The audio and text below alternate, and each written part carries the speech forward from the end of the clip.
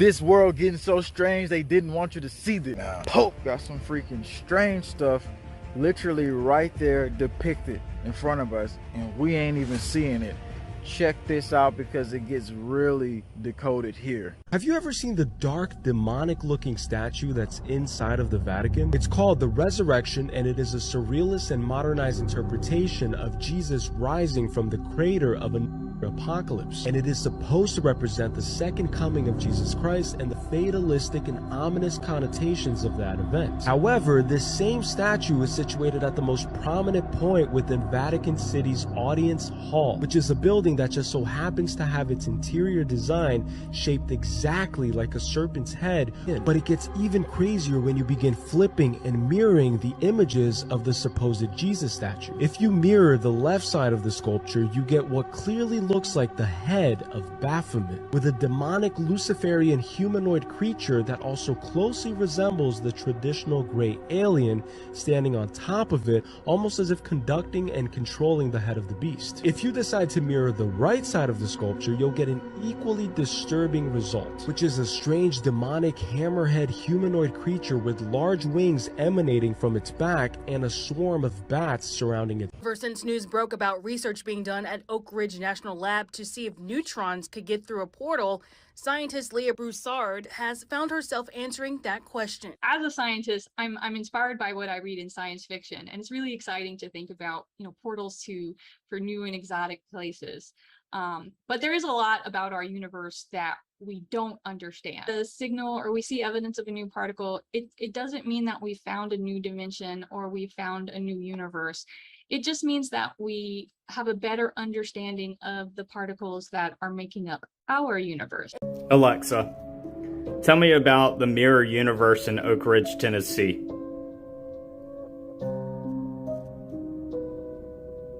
In Oak Ridge, Tennessee, there is a mirror universe called the Mirror World Project.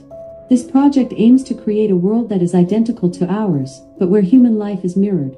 The project is being carried out by Oak Ridge National Laboratory, and it is hoped that it will provide insights into how human behavior and social interactions might be different in a mirrored universe. Alexa, how many portals are located in the United States to another universe? There are many portals located in the United States that lead to another universe.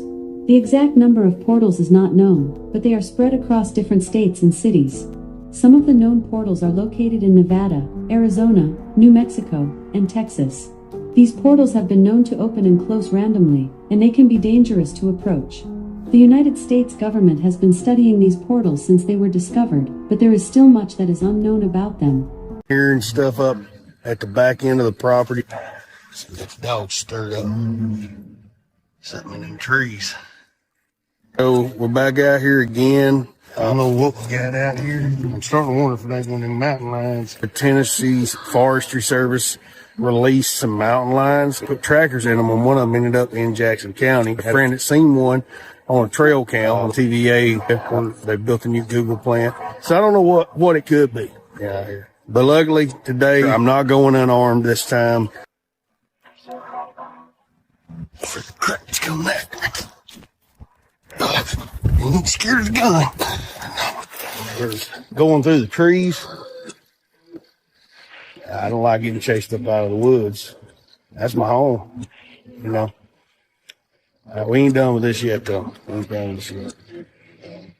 What would you think if I could take you to a place where the 200 fallen angels built a boardroom for them to all meet?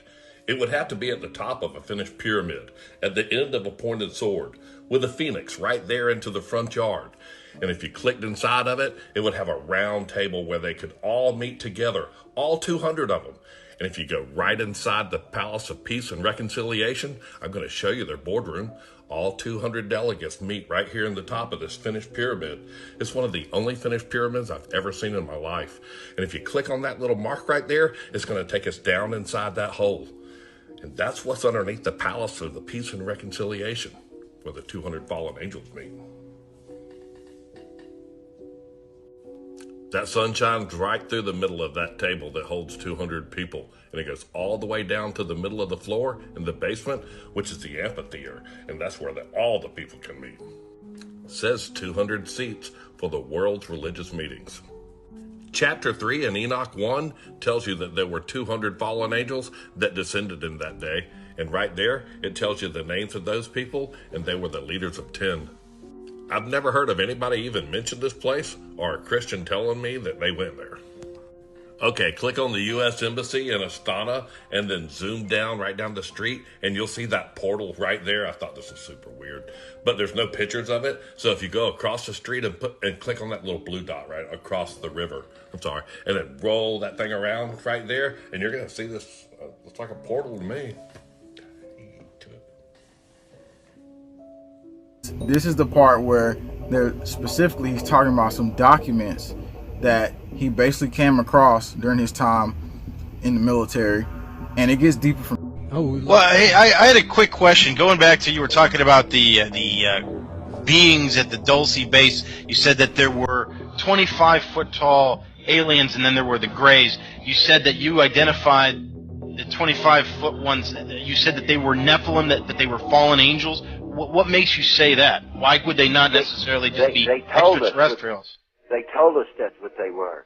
They told us that they were the enemy of God, and they had they had this big pitch, Phil, which I didn't hear at all, but they pretty much convinced all the other scientists that they were going to be in this ultra-galactic war against God and that we were going to win. You know, because I always wondered how he's going to pull that off. And I don't believe in a pre-trib rapture. I believe in post-trib. Otherwise, God wouldn't wrote Revelations for the simple reason, when they come and the Christians disappear from extermination, all they're going to do is tell him. I seen this in a script in a paper that I looked at. I was at S4. It said that the Christians will disappear, we'll exterminate them, and we'll lie to the public and convince them that we gave them to they call them undesirables, and we gave them to the to space beings in exchange for information so they could do experimentation. It's this retired Navy guy who comes out talking about something that was hovering over cities that released something on us, and it was from not of anything that you've heard of before. Analyze this weird video and listen to what he says. Their new condo that's being built just across the area. And so everybody goes out there, and they're standing around this fence because it dropped off quite a bit and then came back up. And so they took the picture, one picture of this whole valley thing. Not a picture like that, but just straight out. And they developed the pictures of all the party pictures the night before. And then this. You notice it's serrated on the sides and it's serrated on the top. Look what's coming out of the back of it in color. 5 separate gases coming out of this reptilian tanker, dropping 5 gases at 300 feet. You're smoking their gas today because they dropped this gas only on technically advancing communities on the planet. Okay? Every 4 to 6 weeks. So you could be getting it today. Not 1, 2, 3, 4, 5, 6. They didn't see it because everybody's minds are controlled to not see it, just like a stealth system. So the commander of this squadron made sure that that stealth was turned on. He forgot to turn on the stealth that prevents the camera from photographing it.